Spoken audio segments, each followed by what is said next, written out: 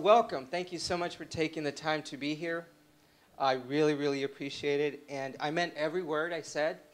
When I met you, it was a Nielsen event. You did a presentation, and it was great. But I think, what really, really captures the essence of Bob Llamas is the one-on-one. You're so inspiring.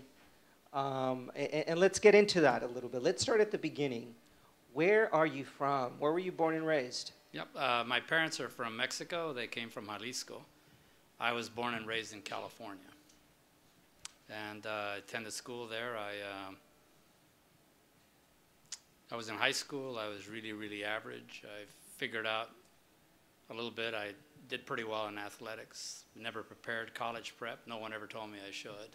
No one ever told me I should have those kind of aspirations. And effectively, if you grew up in the barrio in Colton, California, you were going to work either at the cement plant or at the steel plant.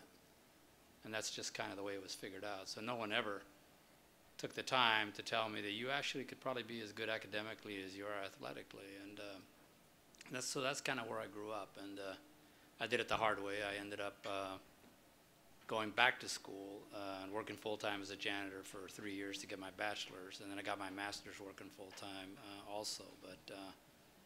But it really was, I think, part of that experience was that you were going to have to be pretty rare to be able to kind of recover with the expectations people had of you.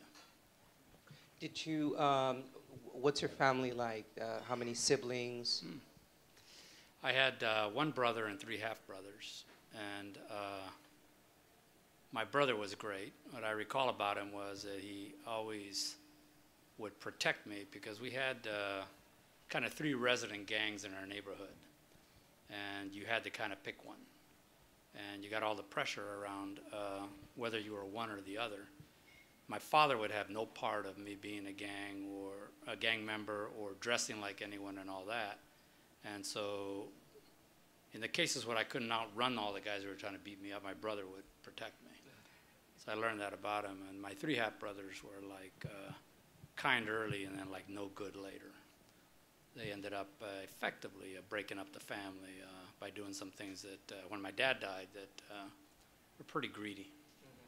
But my mom was, I don't think I've ever met a more selfless person, and someone who was actually kind of Christ-like, and she was just terrific. And my dad was just a hard worker.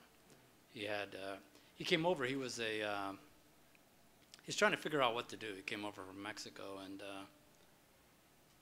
he thought that cutting hair was kind of easy, so he just decided without barber college or anything else to just start cutting hair. And there were probably a lot of bald spots in the neighborhood until he got it right.